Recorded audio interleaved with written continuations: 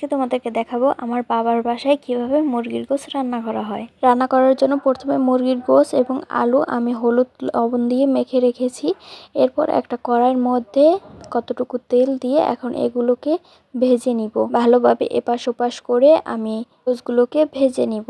গোশগুলো ভাজা হয়ে গেলে গোশগুলো উঠিয়ে নিব। তারপরে এই সেম তেলেই আমি আলু ভেজে নিব। আলুগুলোকে দিয়ে দিব। যারা যারা দেখতেছো প্লিজ আমার ইউটিউব চ্যানেলটিকে সাবস্ক্রাইব করে দেবে এবং ভিডিওটিতে লাইক করে দিবে। যারা ফেসবুক এবং টিকটক থেকে দেখতেছো তারা অবশ্যই ফলো করবে এবং ভিডিওটিতে লাইক করবে। আলুগুলো ভাজা হয়ে গেলে আমি কড়াইটাকে ধুয়ে এনে আবার কতটুকু তেল দিয়ে দিয়েছি।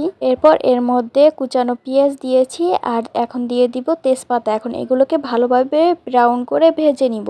আর এখানে হলুদ গুঁড়ো, মরিচ গুঁড়ো, জিরা গুঁড়ো, ধনিয়া গুঁড়ো, লবণ, আদা বাটা, রসুন বাটা এগুলোকে নিয়েছি। এখন কতটুকু পানি দিয়ে এটাকে একটা পেস্ট বানিয়ে নিব। এখন পেস্টগুলো ভাজা হয়ে গেলে এর মধ্যে এই পেস্টটা দিয়ে দিব। তারপর বাটিটাকে ধুয়ে আবার অল্প একটু পানি দিয়ে দিব। তারপর ভালোভাবে কষিয়ে নিব মশলাটা।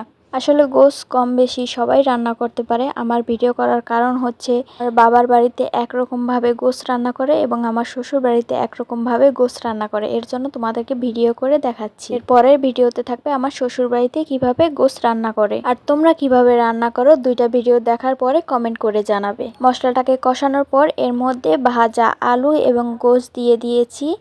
এরপর একটু নাড়াচাড়া করে ভালো করে একটু কষিয়ে এর মধ্যে পানি দিয়ে দিলাম।